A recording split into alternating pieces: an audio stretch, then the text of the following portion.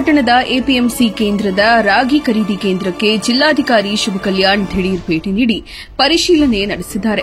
ಇತ್ತೀಚೆಗೆ ಎಲ್ಲಾ ತಾಲೂಕುಗಳಲ್ಲೂ ರಾಗಿ ಕೇಂದ್ರ ಆರಂಭವಾಗಿದ್ದು, ತಿಪಟೂರು, ಚಿಕ್ಕನಾಯಕನಹಳ್ಳಿ ತಾಲೂಕಿನಲ್ಲಿ ರಾಗಿ ಕೇಂದ್ರಗಳಲ್ಲಿ ಸಾಕಷ್ಟು ಸಮಸ್ಯೆಯಾಗುತ್ತಿದ್ದು, ಅಧಿಕಾರಿಗಳು ರೈತರಿಗೆ ಅನ್ಯಾಯ ಮಾಡುತ್ತಿದ್ದಾರೆ ಎಂಬ ಆರೋಪಗಳು ಸಹ ಕೇಳಿಬರುತ್ತಿರುವ ಹಿನ್ನೆಲೆಯಲ್ಲಿ ಇಂದು ಕುಣಿಗಲ್ ಪಟ್ಟಣದ ರಾಗಿ ಖರೀದಿ ಕೇಂದ್ರಕ್ಕೆ ಜಿಲ್ಲಾಧಿಕಾರಿ ಭೇಟಿ ನೀಡಿ ಅಧಿಕಾರಿಗಳ ಜೊತೆ ಹಾಗೂ ರೈತರ ಜೊತೆ ಚರ್ಚಿಸಿದ್ದು, ರೈತರಿಗೆ ಯಾವುದೇ ಕಾರಣಕ್ಕೂ ಅನ್ಯಾಯವಾಗದಂತೆ ನೋಡಿಕೊಳ್ಳಬೇಕು ಎಂದು ಅಧಿಕಾರಿಗಳಿಗೆ ಸೂಚನೆ ನೀಡಿದ್ದಾರೆ.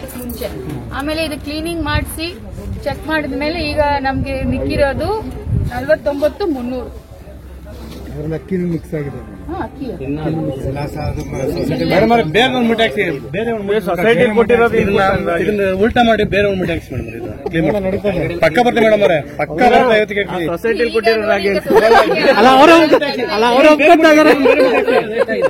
ಟ್ಯಾಕ್ಸ್